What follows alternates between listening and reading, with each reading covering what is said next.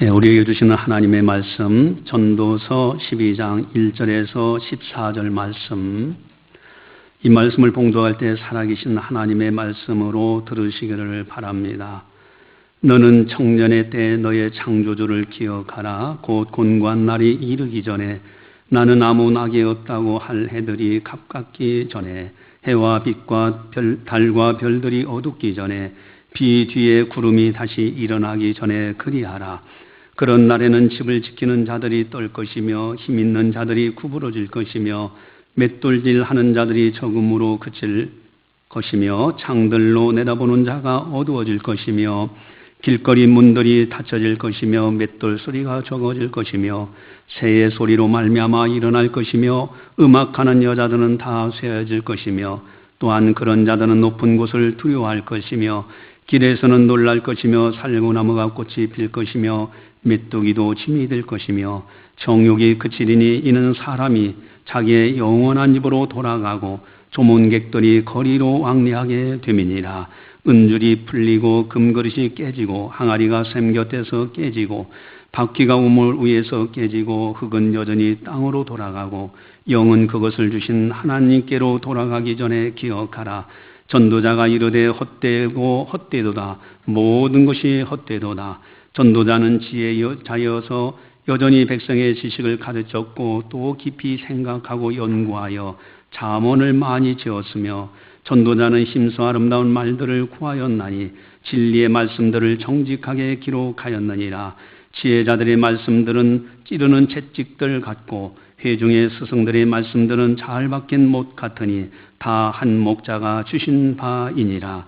내 아들아, 또 이것들로부터 경계를 받아라. 많은 책들을 짓는 것은 끝이 없고 많이 공부하는 것은 몸을 피곤하게 하느니라. 이래 결국을 다 들었으니 하나님을 경외하고 그의 명령들을 지킬지어다. 이것이 모든 사람의 본분이니라. 하나님은 모든 행위와 모든 은밀한 일을 선악간에 심판하시리라.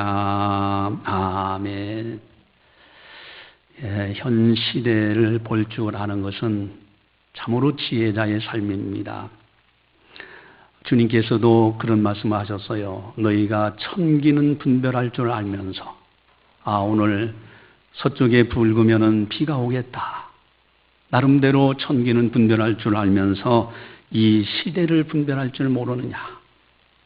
여러분, 지금은 제4차 산업혁명 시대라고 그럽니다.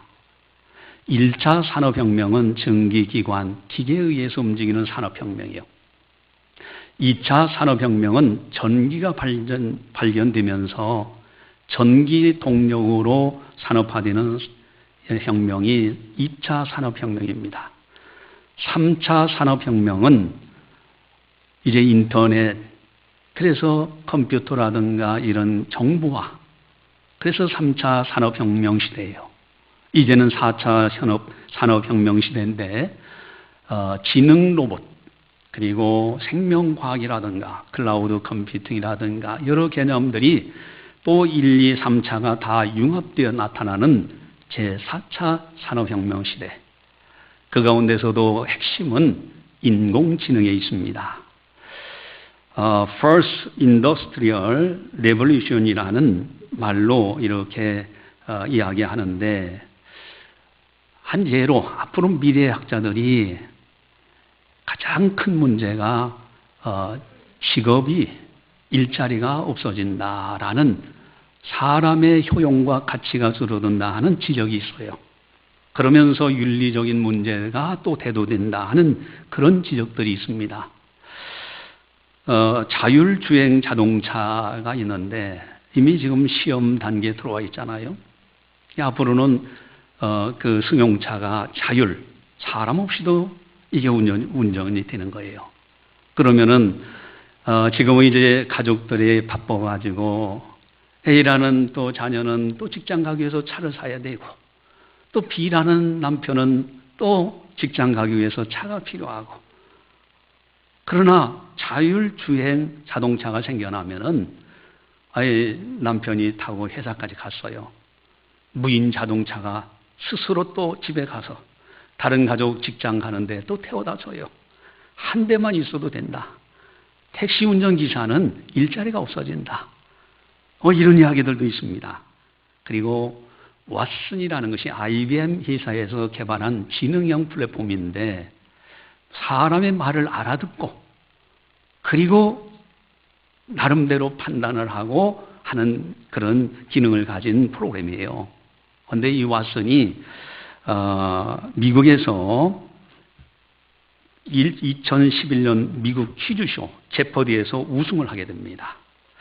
그 모습을 지켜보던 병원 원장이 2012년도 메모리얼 슬로운 마케팅 암센터에서 그동안 있었던 모든 정보를 다 그 왓슨에게 심어놔요.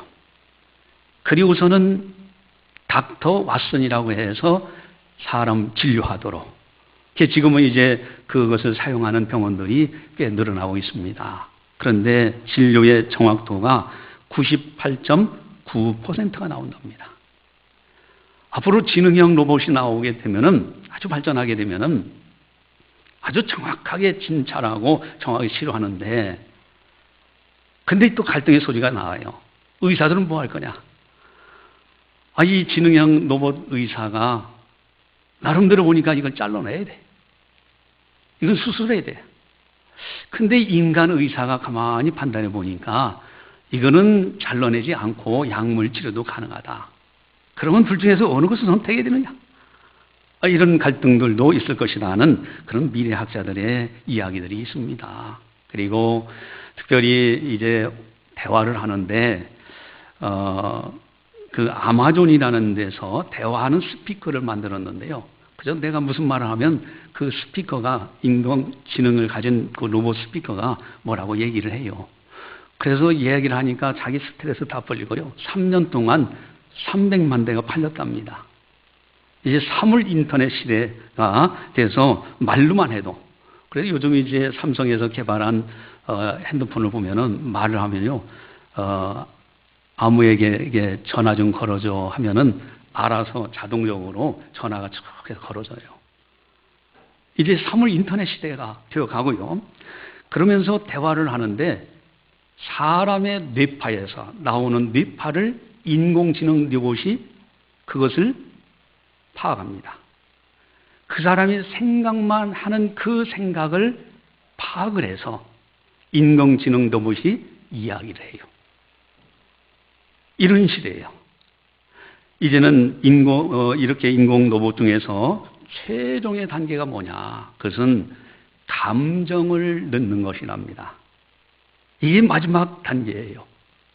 그래서 피부가 오히려 사람보다도 더 부드럽고 미모도 더 훨씬 더 뛰어나고 그렇게 만들어서 느끼는 거예요. 사랑도 나름대로 기뻐하기도 하고 사랑도 느끼고 하는 감정을 넣는 단계까지 지금 가야 된다. 거기가 이제 마지막 단계다라고까지 얘기합니다.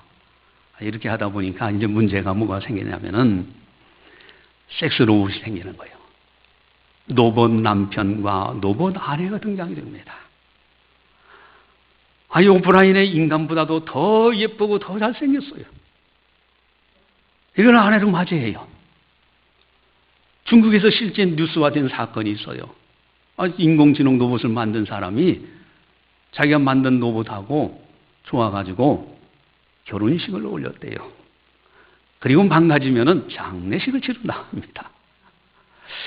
이게 현실로 지금 이루어져 갈 것이다라는 미래학자들의 분명한 이야기들입니다. 어느 한 유명한 강사가 과학자예요.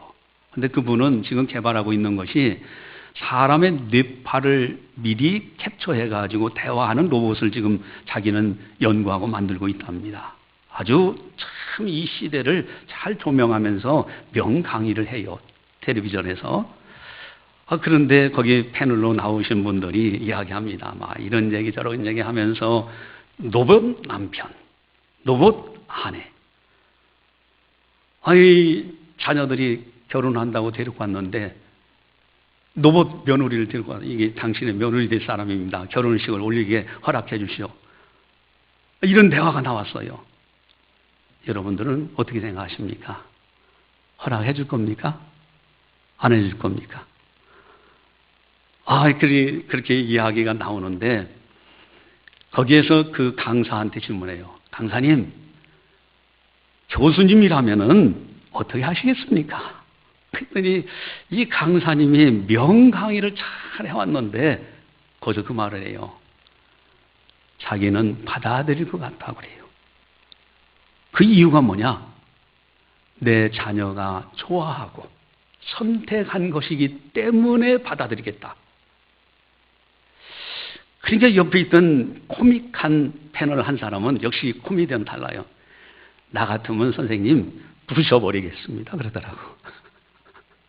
여러분, 자, 이게 윤리적인 문제가 닥치는 거예요, 이제. 과연 이게 가능하냐 이거예요. 지식 전달을 잘했는데, 근데 정신적이고 영적인 부분에서는 분명한 지도자 역할을 하지 못하는 그 모습을 제 나름대로 생각을 하면서, 야, 이건 아닌데. 여러분, 로봇이라는 것은 활용의 대상이 될 뿐이지, 어떤 배우자야 대상이 되는 그런 존재가 아니라는 거예요. 선과 악이 희미해져가는 시대가 아닌가. 저는 그 모습을 잠깐 보면서 어떤 생각을 했냐면 두 가지 생각을 봅니다. 다니엘이 이제는 하나님의 영감을 받아서 이 시대의 종말의 세계가 어떻게 되느냐 하는 징조를 말씀하게 됩니다. 다니엘서 12장 3절 4절에 마지막 때에 빨리 왕래하며, 오늘날 같이 이렇게 빨리 왕래하는 시대가 없어요. 지식이 더하리라. 사람과 똑같은 감정을 가진 존재로 지능형 로봇을 만드는 시대가 되어가고 있어요. 이런 때 많은 사람을 옳은 대로 돌아가게 한 사람은 하늘의 별과 같이 빛나리라고 그랬어요. 여러분, 지금 마지막 때를 향해서 달려가고 있어요. 주님 강림하실 날이 너무 가깝다는 것을 믿음의 사람들은 다 나름대로 이야기를 합니다. 특별히 마지막 징조의 모습은 어떠냐? 선악이 희미한 시대로 가게 된다 하는 것을 사실이에요. 인류 최초의 에덴 동산에서 아담과 하와를 하나님께서 만드셨어요. 하나님 보시기에 심히 좋아하셨어요. 다만 에덴 동산 중앙에 두 나무, 하나는 생명수 나무요, 하나는 선악을 알게 하는 나무예요. 선악을 알게 하는 나무, 그 나무를 향해서 우리 하나님께서는 아담에게 그럽니다. 이 동산에 있는 건 다 임의로 네가 다 먹어라. 너 것이다. 네가 관리하라. 너의 복이다. 그러나 딱 한 가지, 선악을 알게 하는 나무만큼은 그 열매는 먹지 말라 그러셨어요. 여러분, 이것은 신인 경계 지점이라는 것을 누차 말씀드렸습니다. 하나님께서 모든 복을 다 주시되 나는 하나님이고 너는 사람이다. 그것을 증명하는 것은 다른 건 다 한대 것이지만은 선악을 알게 하는 나무 요것만큼은 네가 건들지 아니하므로 나는 하나님이고 너는 사람이라는 것을 네 스스로 고백하는 것이다. 그러나 아담과 하와가 손을 들어서 선악과를 따먹게 되죠. 여러분, 하나님께서 사과나무를 달아놓고 그렇게 할 수도 있잖아요. 아니면 거룩한 열매라고 말을 만들어서도 할 수 있잖아요. 왜 하필이면 선악을 알게 하는 나무일까? 하나님은 전지전능하신 분입니다. 아담과 하와가 타락할 것을 아셨어요. 만약에 타락한다면 마지막 다시 구원받을 수 있는 길이 선악을 알게 하는 그 마음이에요. 다른 말로 말씀드리면 양심이라는 겁니다. 양심. 마지막 양심의 소리를 못 들으면 더 이상 구원받을 길이 없어요. 마지막 때에 되어질수록 어떻게 되냐? 화인 맞은 양심처럼 선악을 분별하지 못하고 선악이 희미해져가는 시대가 와요. 선과 악을 분별하지 않아요. 여러분, 동성애 연애 그거에 대해서 합법화하자. 참 사람들은요 그럴듯해요. 태어날 때 호르몬이 그렇고 신체적으로 그런데 어떻게 하느냐? 인권이 어떠냐? 여러분, 그 인권의 문제예요. 좀 더 나가가지고요, 문화가 어떻고 여러 가지 이야기를 들면서요, 그러면서 선택의 자유가 있잖아요. 여러분, 선을 선택할 자유는 있어도 악을 선택할 자유는 없는 거예요. 동성연애 선악이 희미해진 거예요. 여러분, 이것은 치료의 대상이지 인권의 대상의 문제가 아닙니다. 그런 사람은 치료해서 새롭게 정상적으로 살아갈 수 있도록 해줘야 될 그런 것이 된 것이지, 마치 선악이 희미해져서 당연한 것처럼 공공연하게, 이런 잘못된 거 아닌가요? 노봇 남편, 노봇 아내. 여러분, 이거 선악이 희미해지는 시대예요. 과연 우리들의 가치관은 어떤가? 하나님께서 우리를 오실 때 우리를 어떻게 생각할까? 기독교로서 어떻게 이 선악이 희미한 시대를 살아가야 되는가? 먼저 꼭 기억해야 될 것이 있습니다. 기독교의 핵심은 선악이 분명하다는 사실. 이거를 놓쳐서는 안 돼요. 창세기부터 요한계시록까지 보면 선악이 분명합니다. 우리 오늘 본문 전도서 11장 9절에서 10절을 같이 한번 보겠습니다. 전도서 11장 9절에서 10절 같이 보겠습니다. 청년이여, 네 어린 때를 즐거워하며 네 청년의 날들을 마음에 기뻐하여 마음에 원하는 길들과 네 눈이 보이는 대로 행하라. 그러나 하나님이 이 모든 일로 말미암아 너를 심판하실 줄 알라 하매. 여러분, 선택의 자유가 있으면 반드시 선택에 대한 책임이 주어지는 거예요. 그것이 심판으로 오는 겁니다. 선악, 여러분, 반드시 하나님의 심판이요 책임이 있다는 뜻이에요. 성경은요, 선악이 분명하게 말씀하십니다. 요한복음 8장에 보니까 가늠하다 현장에서 잡힌 여인이 끌려왔어요. 이 가늠하다 현장에서 잡힌 여인은요, 그 당시 문화 배경 속에서는 돌로 쳐 죽이는 거예요. 그런데 지금 죽어가는 한 여인을 놓고 아주 간교한 사람들이 있어요. 바리새인들이 옆에서 뭐라고 합니까? 예수님을 올무로 놓으려고 질문합니다. 이 여인이 가늠하다 현장에서 잡혔는데 돌로 쳐야 됩니까? 말아야 됩니까? 만약에 돌로 치라고 하면 지금까지 사랑을 선포했던 예수님은 거짓쟁이가 되는 거예요. 만약에 치지 말라고 했던 율법에 가늠하다 현장에서 잡힌 여인은 돌로 쳐 죽이라고 돼 있어요. 율법을 어기는 것이 됩니다. 그때 예수님께서 땅에다 글씨 쓰시면서 돌을 들고 죄 없는 자가 먼저 돌로 치라고 그랬어요. 양심의 가책이 되어서 한 사람 한 사람 다 뿔뿔이 터집니다. 주님께서는 그 다음에 말씀하십니다. 나도 너를 정죄하지 아니하노니 가서 다시는 죄를 범하지 말라 그랬어요. 주님은 사랑이시기 때문에 다 용서해 주셨어요. 거기서 가장 중요한 것은 다시는 이란 단어예요. 선악이 희미해서 아이고 내가 그 전에 그렇게 가늠하다 현장에 잡혔는데 또 한번 가늠하면 어때? 만약에 이렇게 살아간다면 그건 기독교인이 아니죠.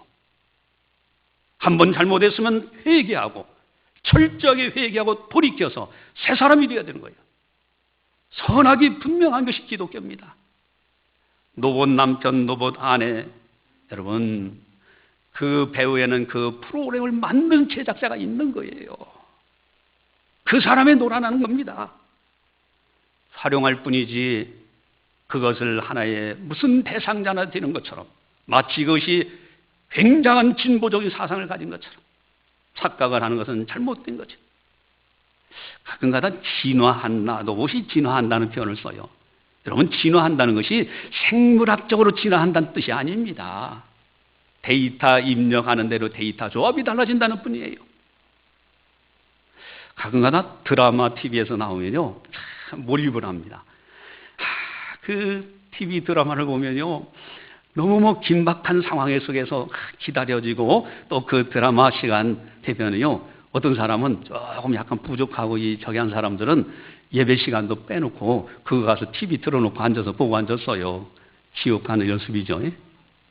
근데 어쨌든요, 드라마에 몰입하면 그렇게 돼요. 근데 지성인들이 보는 시각은 달라요.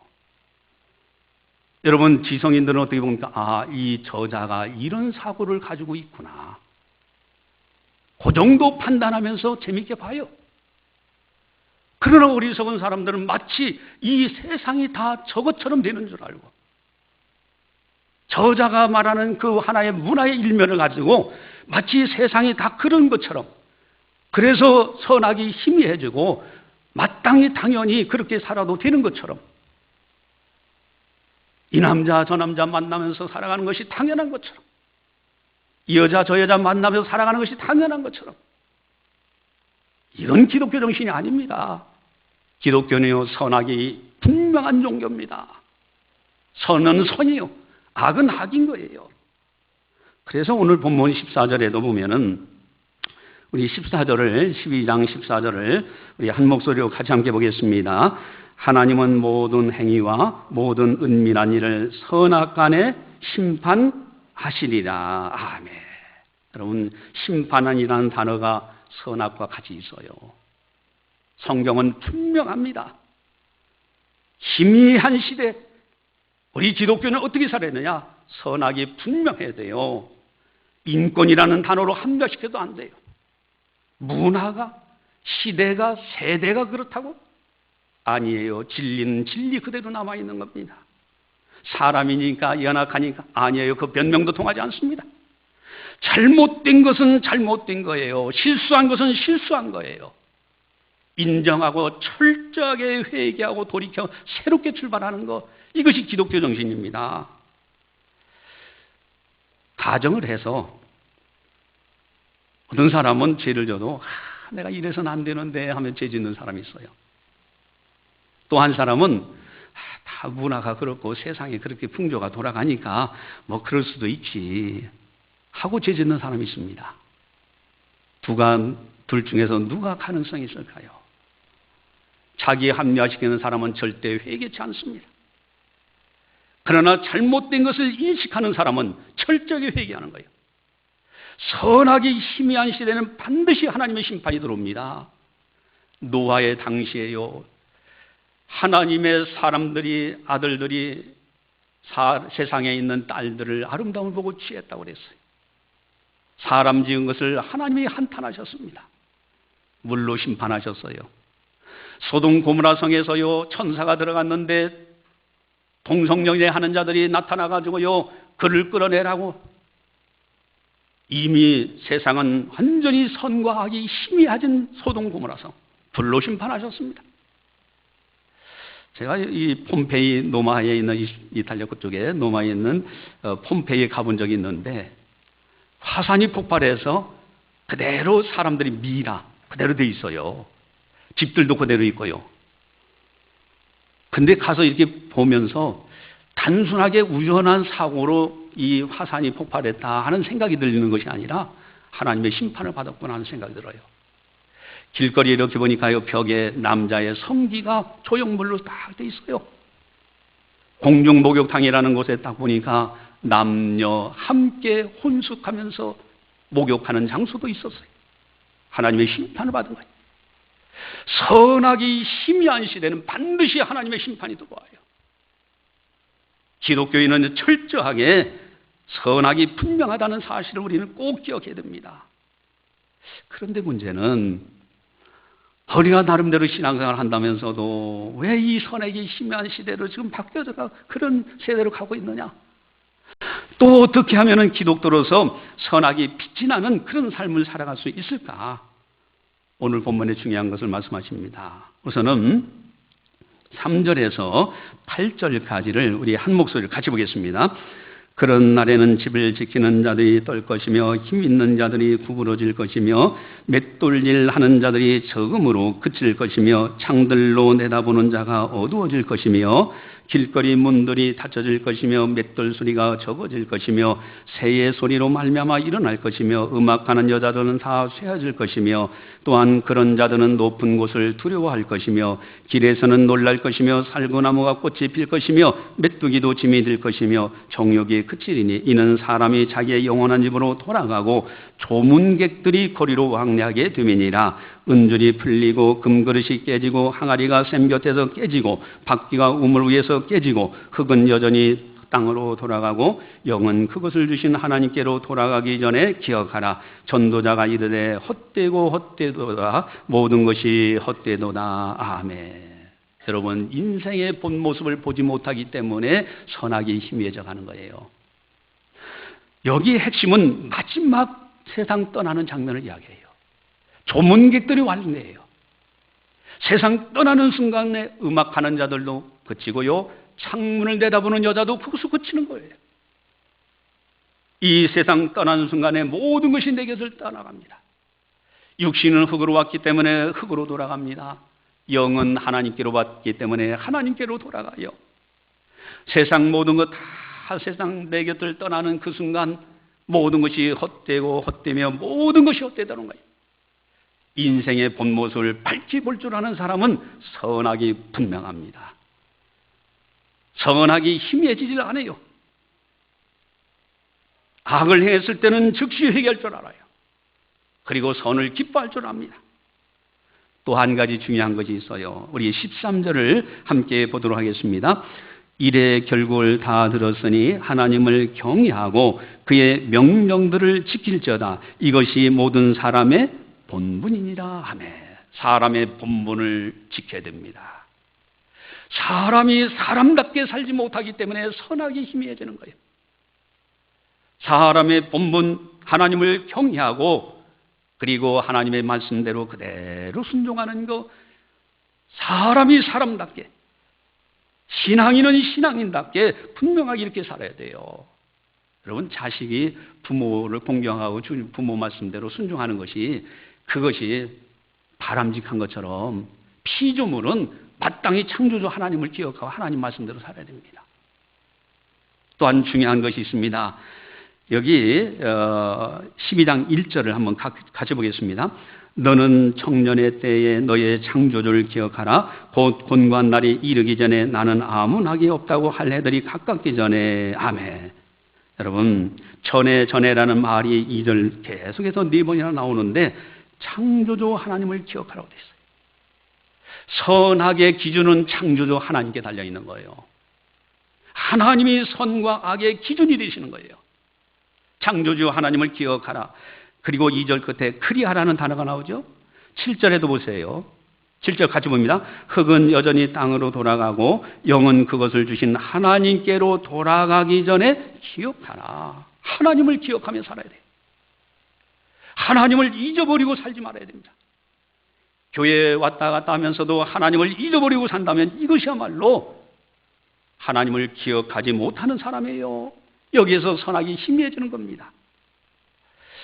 이번에 뉴스에 아주 깜짝 놀랄 일이 있었죠. 여러 번 방송돼서 저도 여러 번 봤는데, 사이비 교주가 50대 여인을 구타를 해가지고 죽으니까 암매장을 시켰어요. 근데 사이비 교주를 따르는 사람들이 5명이나 불구속 기소됐는데, 그래서 뭣도 모르고 같이 그 암매장하는데 동조를 해서 불구속 기소를 했습니다. 그 사이비 교주가 그럽니다. 자기는 스스로 하나님이래요.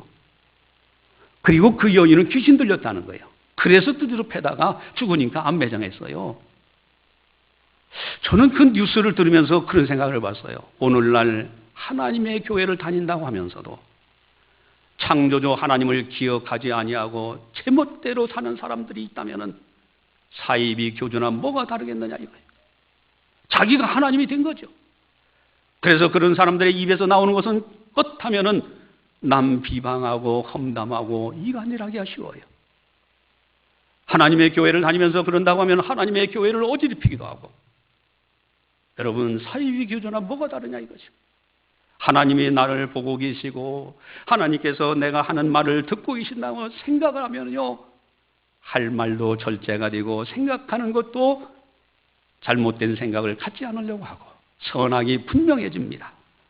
우리는 꼭 기억해야 돼요. 기독교의 핵심은 선악입니다. 이것은 양심이에요. 예수님은 세상의 빛이라고 했어요. 선악이 분명하기 때문에 빛인 거예요. 너희는 세상의 빛이라고 했습니다. 예수님을 따르는 사람들은 선악이 분명하기 때문에 빛이 되는 거예요. 선악이 희미하면 어둠이지요. 너희는 세상의 소금이라고 했습니다. 만약에 소금이 그 맛을 잃으면 사람들에게 밟힌다고 했어요. 교회 다니는 사람이 선악이 희미해지면 사람들에게 조롱당합니다. 밟혀요. 기독교의 핵심은 선악이 분명하다는 사실. 또한 기독교인은요, 이 시대를 직시할 줄 알아야 돼요. 선악이 희미해져 가는 시대구나. 자기의 합리화, 사회적 합리화, 이런 것에 함정에 빠져서는 안 돼요. 또한 자신의 합리화를 시켜서는 안 됩니다. 내가 잘못된 건 철저하게 회개하는 거예요. 또한 꼭 명심할 거 한 가지가 더 있습니다. 다른 사람에 관해서는 선악간에 말하지 말라. 야곱에게 하나님께서 말씀하셨어요. 야곱의 외삼촌에게 말씀하셨어요. 선악간에 다른 사람 말하는 순간에 남 비판하는 거예요. 내가 하나님이 된 거예요. 내가 판단자가 된 거예요. 내가 재판장이 된 겁니다. 다른 사람에게는 선악간에 말하지 말고 나는 선악간에 분명한 인식을 가지고 잘못된 건 철저히 회개하면서 오직 예수를 따라갈 때 이것이 아름다운 신앙경주 세상을 이기는 사람의 모습이요. 주님 배울 때 칭찬과 상급받는 아름다운 신앙이 된다 하는 겁니다. 할렐루야. 기도하시겠습니다. 사랑의 하나님 아버지 감사합니다. 오늘도 변함없이 저희들을 사랑해 주시고 하나님의 영광에 있는 이 아름다운 전에 주야로 보고 계신 이 아름다운 전에 하나님께서 이곳에서 기도하는 소리, 찬송하는 소리를 들으시는 이 아름다운 전에 올라올 수 있도록 은혜 베풀어 주시고 오늘도 성령께서 교회에게 하시는 지혜의 말씀을 듣게 하시니 참으로 감사를 드리옵나이다. 세상이 아무리 흉흉하고 세상의 문화가 그렇다고 하면서 사회적 합리화로 이렇게 타락되어 간다 할지라도 선악이 희미해진 시대에 간다 할지라도 우리는 기독도로서 세상의 빛이 되어져서 선악을 분명하게 파악하고 잘못된 것은 즉시 철저하게 회개하고 빛 대신 주님만을 바라보며 주님만을 따라가는 우리들이 다 되게 하여 주시옵소서. 그리하여 주님 배울 때 칭찬받고 상급받을 수 있는 아름다운 성도들, 믿음으로 세상을 이기고 죄악을 이기고 마귀를 이겨나갈 수 있는 거룩한 성도들 다 되게 하여 주시옵소서.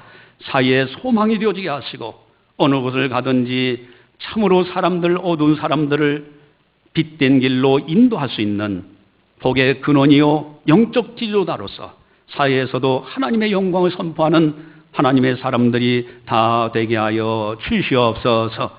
모든 영광을 주님께 올려드리오며 예수님의 이름으로 감사 기도드리옵나이다. 아멘.